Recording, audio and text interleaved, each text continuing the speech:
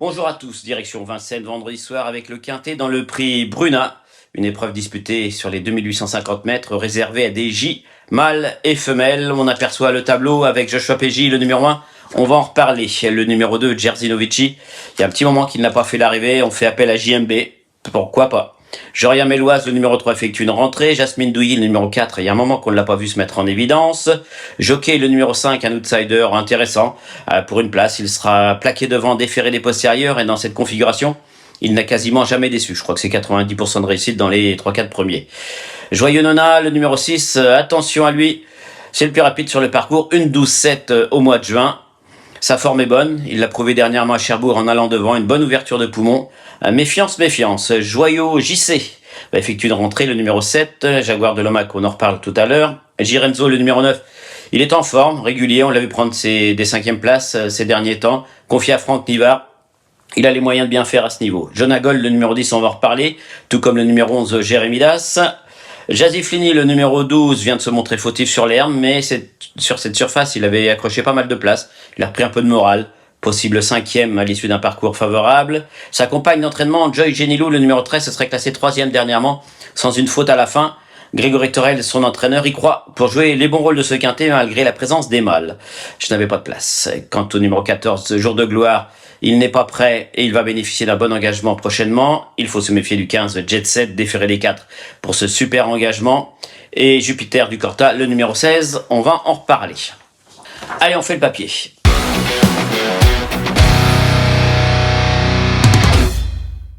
Joshua PJ, le numéro 1, on le retrouve, c'était le 17 juillet à Enghien. Ce jour-là, il s'était montré hésitant en partant. Damien Beaune l'avait pourtant isolé en dehors. Il avait réussi à le rabattre au commandement en face. Ensuite, il avait animé bon train. Une faute à 500 mètres de l'arrivée. On pensait qu'il a perdu quasiment toute chance. Il est revenu finalement échoué de très peu. Dernièrement, à Vincennes, il est parti sur une petite hésitation. Ensuite, il s'est bien rapproché, il a pris le meilleur dans le dernier tournant. Il a longtemps fait illusion avant de pousser un peu sur sa droite, ce qui a ouvert le passage à Jaguar de Lomac, qui l'a toisé pour finir. Tout sera une question de sagesse. Le moteur, il l'a, c'est la maniabilité. Il est assez compliqué dans la bouche, comme disait Damien Beaune. Ça sera tout ou rien. S'il reste au trot, il va disputer la victoire, ou alors il va galoper. Jupiter du Corta, le numéro 16, on le retrouve, lui, c'était le 7 juin, dans le prix Tropique FM. Il avait été bon ce jour-là, parce que vous allez voir, il était longtemps contraint de se rapprocher le nez au vent, dans le wagon 2, et il avait réussi à prendre sûrement le meilleur dans le tournant final et contenir les attaques. Il a effectué un petit break à l'issue de cette course, et dernièrement, c'était une rentrée. Une rentrée qui avait certainement pour but de l'amener au mieux pour ce super engagement au plafond des gains. Le tandem William Bijon, Benjamin Rochard fait merveille. On est obligé d'en faire une base. Jaguar de Lomac, le numéro 8. Alors on le retrouve lors de sa plus récente tentative, c'était le 24 août. Il avait bien voyagé, très longtemps dans le sillage justement de Joshua PJ. Et vous allez voir, pour finir, Joshua PJ part un petit peu sur sa droite. Et Pierre Hébert va juste aller tout droit et lancer Jaguar de Lomac, qui est venu le dominer tout à la fin, ce fameux Joshua PJ. Jaguar de Lomac est en plein boom, irréprochable depuis de nombreux mois. Il avait même fait un petit break, donc il a encore un petit peu de fraîcheur. Pierre Everva ne craignait qu'une chose, c'est le fait qu'il court de façon un petit peu rapprochée, mais il a quand même 2 semaines pour recharger les batteries. Selon lui, il a bien récupéré. Ça peut passer. Pour gagner, il faudra qu'il bénéficie naturellement d'un très bon parcours. Jérémy Das fait preuve d'une grande régularité. On le retrouve lors d'une tentative à mêlée du Maine. Ce jour-là, Mathieu Brivard lui avait masqué l'effort à la corde longtemps. Dans le dernier tournant, il l'avait même un instant décalé avant de revenir en dedans. Il a attendu qu'il soit bien équilibré pour le lancer dans la ligne droite. Dans le tournant, il ne semblait pas spécialement à l'aise. Mais il s'est bien allongé pour venir prendre la 2e place. Je le disais, 2e, c'est souvent le cas. On pourrait presque l'appeler le poulie d'or. Il mériterait un succès. Il va découvrir Vincennes. Pas l'impression qu'il puisse s'imposer ce vendredi, quoique il y a quelques rivaux qui semblent lui barrer le chemin du succès, mais il est tellement régulier, Mathieu Brivard le connaît par cœur, il a des atouts dans son jeu, tout pour terminer dans les 5 premiers.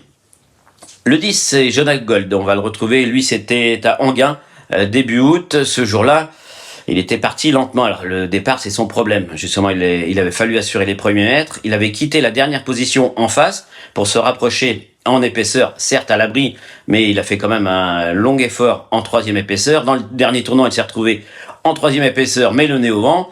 Et malgré tout, il avait réussi à venir quasiment deuxième aux raquettes avant de subir une double attaque pour finir. J'ai trouvé cette performance très très bonne. Tout sera là aussi une question de sagesse dans les premiers mètres. Alors son entraîneur Stéphane Bourlier, je vous invite à retrouver d'ailleurs toutes les interviews des entourages sur pariturf.com. Stéphane Bourlier disait: je l'ai muni d'un nouvel artifice, j'espère qu'il se montrera sage et qu'il pourra partir au trot. Et si c'est le cas, il va jouer un très bon rôle.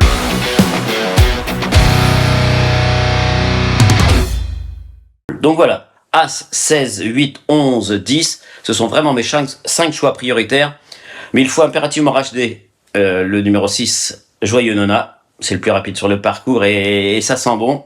Plaqué des 4 pour la première fois. Le 15, Jet Set, qui sera déféré des 4 pour cet objectif. Et le numéro 9, Girenzo, qui est très régulier. As, 16, 8, 11, 10, 6, 15 et 9. Un petit cheval du jour. Ça sera le 603 Kinoumab. Kinoumab, on reste avec Damien Beaune, qui sera favori du quintet, puis qui pourrait être assez joué dans cette 6e course. Kinoumab, qui avait réalisé plein de bonnes performances en début de saison, avant d'effectuer un break. Une bonne rentrée. J'avais discuté avec Damien Beaune il y a quelques mois. Il m'avait dit, c'est vraiment l'un de mes bons espoirs à l'écurie. Et il était fier de dire que Kinoumab était élevé, justement, puisque les DAB, ça veut dire Damien, Audrey, Beaune. Voilà. Ce sont les 3 initiales. Et Kinoudab peut tout à fait renouer avec le succès après cette course de rentrée. Voilà, c'est fini. Merci à tous de nous avoir suivis. À très bientôt pour un nouveau numéro de 100% Quintet.